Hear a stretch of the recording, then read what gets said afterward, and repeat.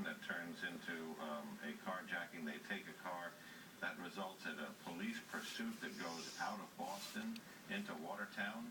That ends at an intersection where they, the two brothers, suspect number one and suspect number two, who by then the whole world has seen in these photographs as the people who allegedly placed the bomb. There's a tremendous shootout there. And police are yelling, shots fired, we need to get armor here. They have grenades. And there are a number of explosions that happen. They are, during the car chase, tossing these grenades out the window at the pursuing police cars, and then in the firefight, throwing these satchel bombs at police officers.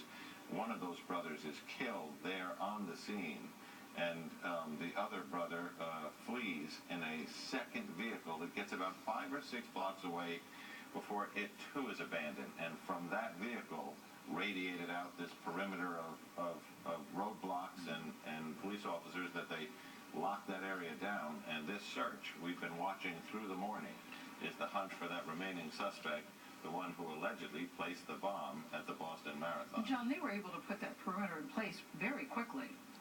Well, this is the moment of truth when you have a chase like that, which is how fast you can get that perimeter up. Cops intuitively want to be right there in the fight. Nobody wants to go 2 blocks out and block a street and stand there.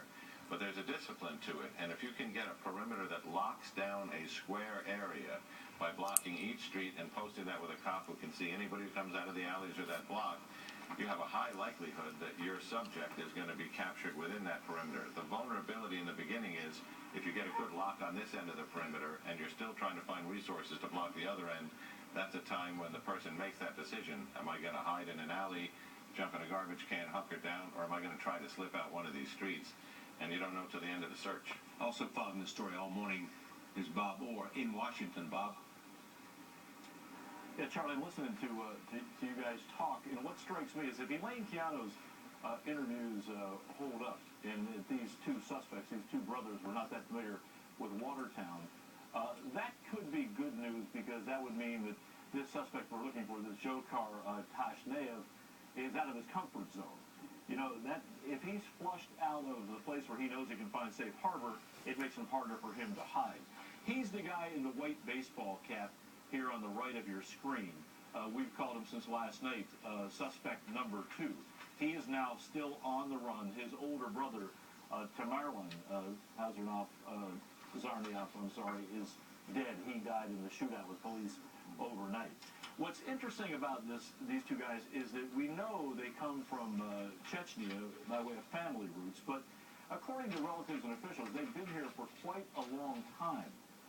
In one official's words, they had assimilated into American culture. So that throws into question whether or not they have any true international connections in the terror realm. They might have some kind of self-radicalized ideology that they're following, but time will bear that out or not.